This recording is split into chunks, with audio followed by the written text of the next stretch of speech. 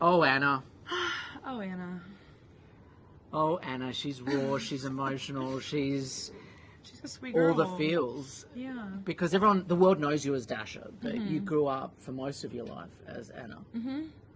So you're giving people, with this new music, you're giving people an insight into Anna. Yeah. Looking back at yourself. Totally.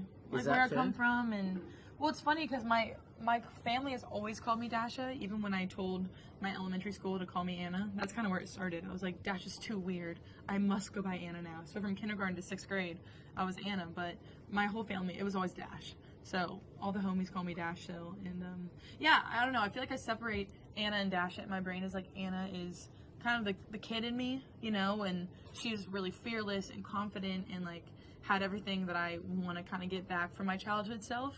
And that's why I wrote Oh Anna, because I was just like, I need help. Like, I don't know how to do this crazy life without having some groundedness to it. And she didn't care, you know? She was so confident and fearless, and I was like, I need that girl back. Where is she? Where'd she go? One of the questions I wrote down, and I don't normally write questions, but, you know, obviously you have had this major blow up off the back of Austin, which is, you're part of the 1 billion club, which is just bloody Insane. Ridiculous. Taylor Swift and you're the second country music artist to ever make the 1 billion club on Spotify. As a female, yeah. That is crazy. It's insane. So crazy. But I wonder, with that,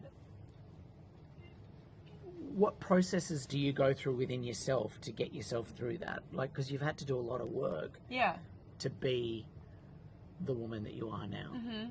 I mean, for me, I realized that as glitz and glammy and crazy this life is, like, I love the chaos of it. I really do. And, you know, this is all I've ever wanted to do with my life. So, like, I'm so grateful to be here. However, I realized in the past few years that it's so important to keep like normalcy to your life and like keep people around you that will never treat you differently and will humble your ass when you need to be humbled. And just having that, like playing pickleball with my friends, or like going to the grocery store and making a recipe and fucking it up, and you know, just like whatever it is, like normal shit that people do every day. I don't get to do that a lot, so when I'm home in Nashville, like I try to be just as normal as possible.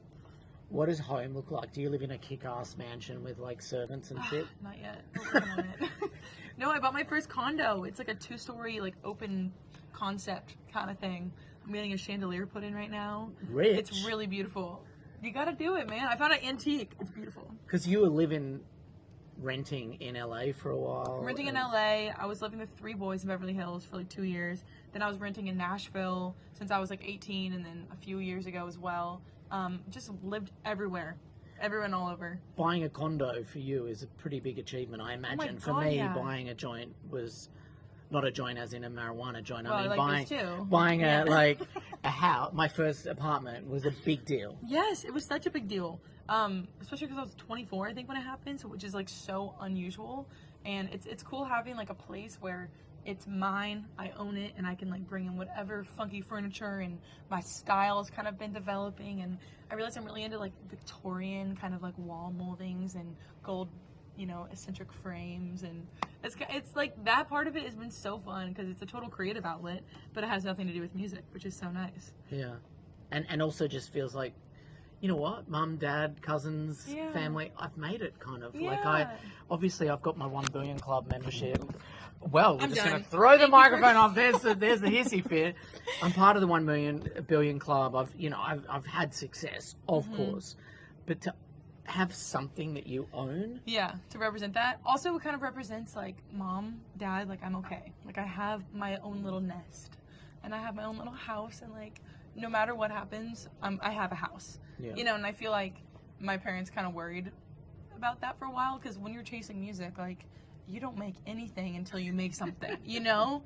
Like I was scraping by for years, and like it's cool to have that in my history of like I wanted this so bad that I was doing everything I can, but sometimes I'd be like, Mom, please, I need $100, like I'll pay you back, you know? And so it's nice having her not have to worry about me anymore. What hidden work, what went unseen that you had to do on yourself to get through to where you are today?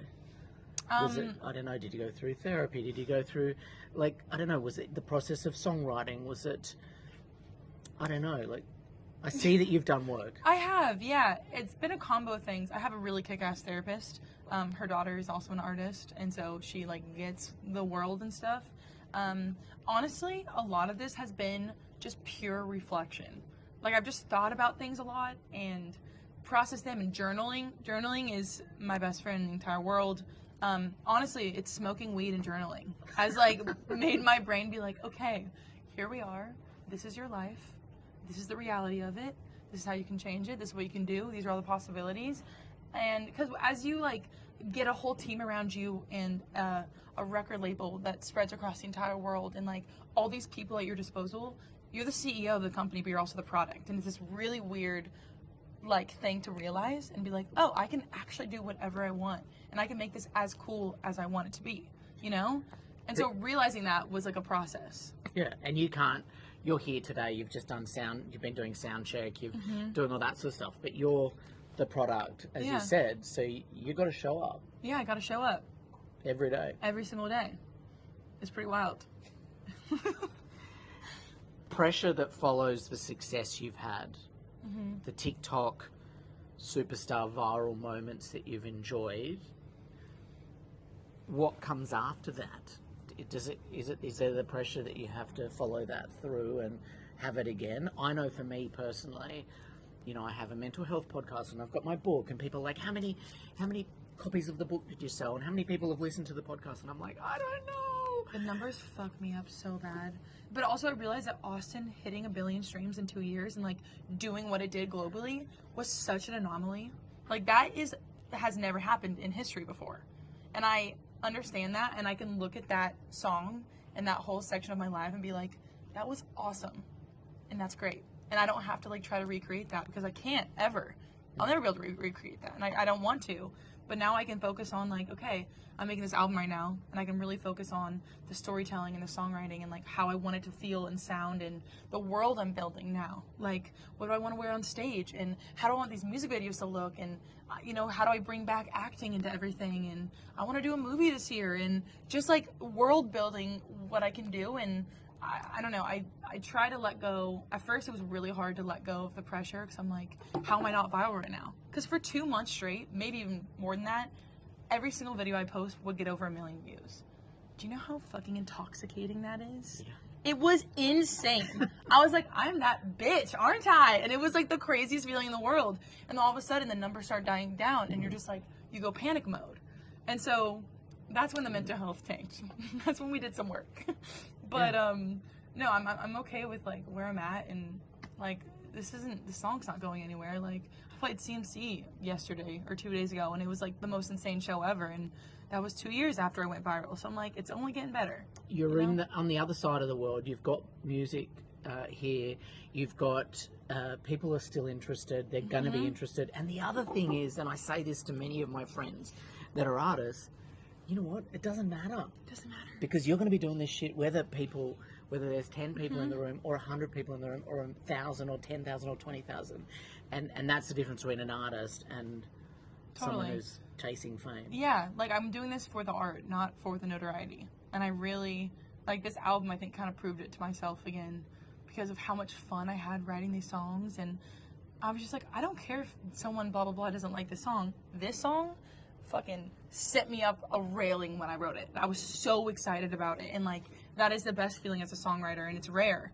And so you gotta just make art and tell everyone else to fuck off at a certain point. There isn't a lot about your personal life online, and that comes over in like when I Googled, I was like, is she dating anyone? What's going on? What's blah blah blah? And I understand that's personal, but is that a deliberate choice that you make? Honestly, no. Oh, like I was waiting for you to slap me or something. No, I like really don't.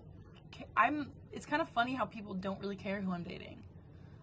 I don't think, at least. I don't know. I mean, I definitely keep it offline. I don't post the boys I date or whatever because I'm just like, you don't. The reason I ask that is because, and I'm thinking out loud, and I don't want to get you in trouble or me in trouble, but the country music is kind of at this point right now where it is global music, and it's crossed over in pop culture where it used to be the industry that gave a shit about stuff and the super fans that cared, and they're on the Reddit streams and all of that sort of stuff.